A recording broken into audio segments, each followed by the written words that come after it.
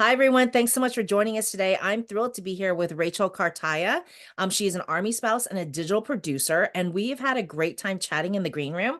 And now I want to share a little bit more about Rachel, and I hope you've had a chance to read her highlights because we're going to just continue the conversation where the highlights kind of leave off, and we have a lot to say today.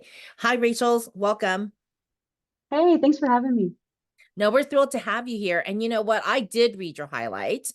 And one thing that comes through clearly is that you remained open to opportunities and recognized that they may not necessarily be what you imagined they would be.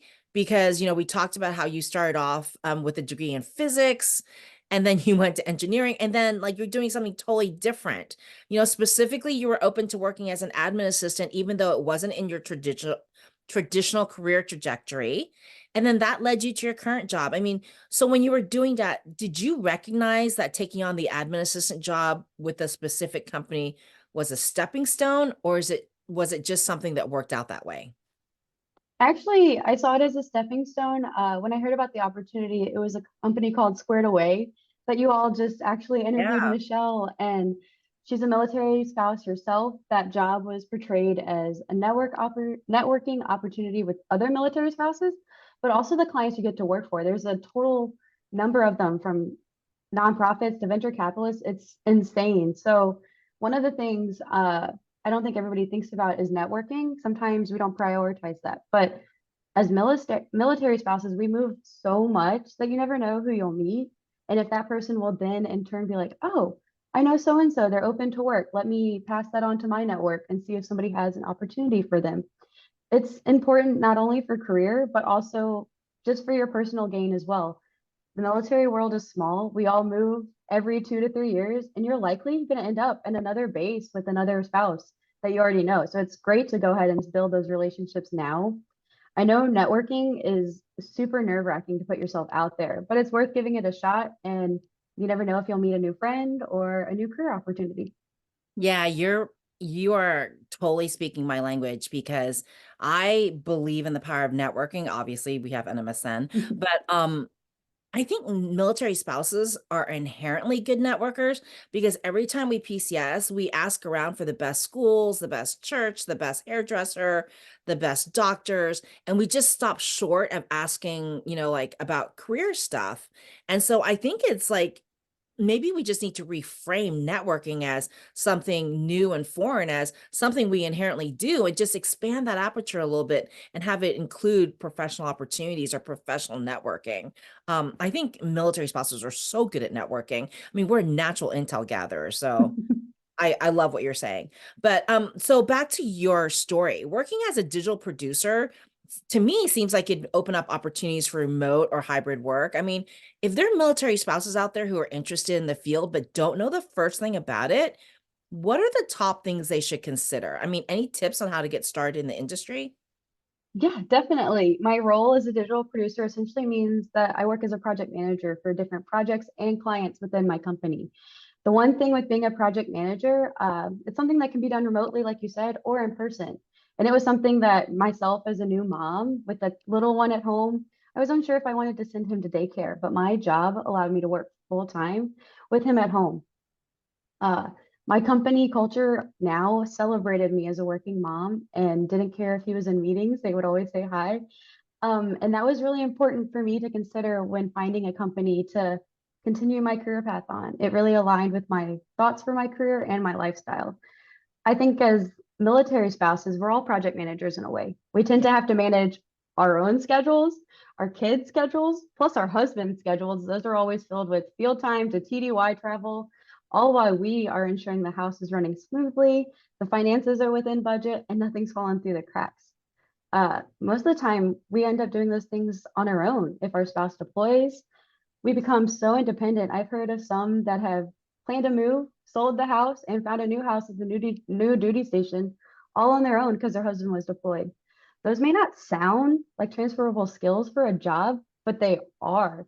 We should use those skills that we've learned through this military life and show how we're such problem solvers. We can think on our feet, we work Yeah. independently, and we're resilient in any situation. We shouldn't forget that. Yeah. Um, in terms of project management, I think it's important to put yourself out there for a role, even if you don't think that you're qualified or you feel underqualified, project management, there's so many certificates out there that you could get. I have a master's degree that kind of led me into this path, but you can start lower. Project coordinator is another great place to start. Those don't typically need the certifications. You learn the ropes there, you gain experience that can build in the project manager role. But the courses only teach you so much. I've really found from different clients and experience that they really prefer experience over the certificates because that has shown that you have the skills of project management, put them into action and proven success. If you've never heard of project management or had done any of the courses, start with the free ones. It's not worth jumping straight into those paid courses. Sometimes they're lengthy and more dense than what you need to just tip your toes in the water. So LinkedIn has courses, PMI, the Project Management Institute has free courses. So check them out, see if it even interests you. One thing with project management I do like to say is it might not be for your career path, but project management can be used at home. I help it for planning timelines and budgeting. Like I said earlier, it just helps keep all those things organized. No, you're right. And I mean, having taken the courses way back when, it's very helpful. It's like when you're also getting your master's and they make you take statistics. And you're like, when am I ever going to? Yes. And you're like, every day. You're actually going to use it every day. More than I ever realized. Yeah. Exactly. I'm like, oh, I did not realize I was going to be doing so much mathing. Mhm. But no, you're exactly right. And I love what you said about like checking out the free courses first. And I also want to make sure, in case anybody missed what you said, that it's not, they're not mutually exclusive. Like starting to work in the field and taking courses in the field can occur simultaneously. Yes. Like you can get, I mean, I think that's very important for people to remember because I think as I don't know if military spouses are as women. And people are going to be like, why are you talking just about women? Because I think there's statistics out there that say that women feel like we need to be 100% Yeah. eligible for a job before we'll apply, whereas men will, as long as they're 70. 100%. So I'm like, like you said, just put yourself out there and get the Mhm. experience while you're pursuing the certification. No harm in that. Yeah. That's exactly what I did. I started in the project coordinator and I was working at my master's at the same time. And now I'm up to the project manager level now. And they were already talking about that before I finished my degree. So it didn't matter or depend on the degree. They were excited for that experience, but it wasn't solely based on that degree. No, I love it. And I think that's something very important to remember and very important to hear if you're hearing it for the first time. Like, don't let what you perceive as a Hmm. lack of certification or degree keep you from applying for a job.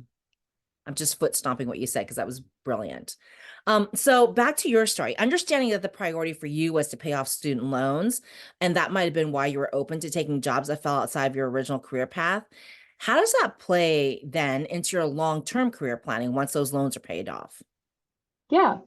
Paying off loans was one of my top goals when I was looking to work regularly, but I also enjoy working. I just find pleasure in it. I would love to be a stay-at-home mom. It's just not, I can't. I love the feeling of working and getting to interact with others every day. So I enjoy being a digital producer as that led me to become a project manager, which was one of my early career goals. But I always like a chance to continue to grow and to become more of a senior person, be a teacher or mentor to my colleagues or others in the project management world. I'd also love to continue to grow maybe into upper management to be one of those people in the room where it happens, make sure that the company is being inclusive and that we are always guaranteeing that everybody's heard and that work life is balanced and protected because not everywhere is doing that and celebrating that work life balance, but we need that. Life is important. We are people first, not work first. And another goal of mine was always constant learning. So I've always enjoyed the chance to learn new skills and help others, which is kind of what a project manager does. But those jobs that were outside of my career were hard at first to take, but that's actually where I look to learn skills then that could help me later on in life, such as professionally, even personally. I took jobs that were in a restaurant to a credit union to a number of things. My resume is long and wild because of the different jobs between the moves, but every time I look to learn valuable skills in those jobs. One of the most notable ones was when dealing with people constantly, you learn invaluable customer service skills and better communication techniques to use in difficult conversations. Those are truly important. I still use those techniques today. I use them all the time with talking with clients now. So no matter the path that I was taking or choosing, I always try to learn something along the way. Taking those new experiences um, that really aligned with my career aspirations to just continue to grow. And now, even more so, I've been looking for that career stability. My current company being remote and they have people worldwide, I get to do that. I get to stay with somewhere longer than just 2 years. And they're willing to work with me even as we're prepping for a move overseas. I didn't know that was possible, but it doesn't hurt until you ask. So they could always, say no. But I think that's something as spouses we don't think to ask. Oh, will my company work with me as we're military? But always ask. It doesn't hurt. So like I said, I've always wanted more of that career stability in this military life in the field that allows me to achieve a career that I'm proud of. But I also always want to ensure that my family comes first. There's so much to unpack there. So let me see if I can take it in order. Number one, yes, always ask. And what we use to advise spouses is if you're going to ask, come up with a plan for yourself Yes. so that when you're asking, you're providing the solution as much as the question. And the other one about work-life balance, I really wanted to talk about this because one thing I found out about you when we were chatting in the green room was that you have a lot of interests and you did not just like shove them to the back burner because you're a full-time mom and a full-time you work full time. So you also volunteer in your husband's unit and you also teach fitness classes. How do you make all that work and why? Why do you make it work? I think I make it all work because I have project management skills. In all honesty, I have to plan. So many calendars are going around, so many checklists to ensure nothing's falling through the cracks. Sounds so cliche after I said that earlier, but it's the only way to keep myself on track. I really have to balance stuff. With my job being remote, there's so much flexibility, which is really amazing. That's the only way I think I can volunteer with my husband's unit like I do. They're really open to letting us flex hours and not like, oh, you have to be at the desk 9 to 5, whatever works for us. So that really helps me. And the fitness classes are just in the evening. So like it's another great way to just know that that one evening is for myself. I do it Tuesdays and that's me time. My little one goes to daycare in the Y. I get to work out and teach that class. But I do it because I enjoy both. They're both important to me. The fitness class makes sure that I'm staying healthy. I get to share that with others. The class is just super uplifting. So I think that's like it's good for the soul.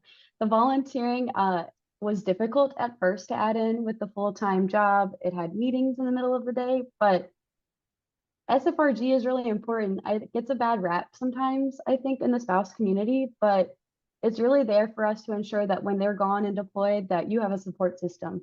A lot of the times when you're at base, you don't have family nearby. Ours is 8 hours away from where we are now, and that's not a quick phone call away for them to come help if the tire is flat or the refrigerator broke. So many times the SFRG has allowed me to meet other spouses that I can reach out to or help myself when something's wrong and they're away. It's really about readiness and making sure that we're all ready, we have support, and yeah. So for anybody who's not Army, can you like give us the acronym SFRG? Yes. Yeah. Soldier Family Readiness Group.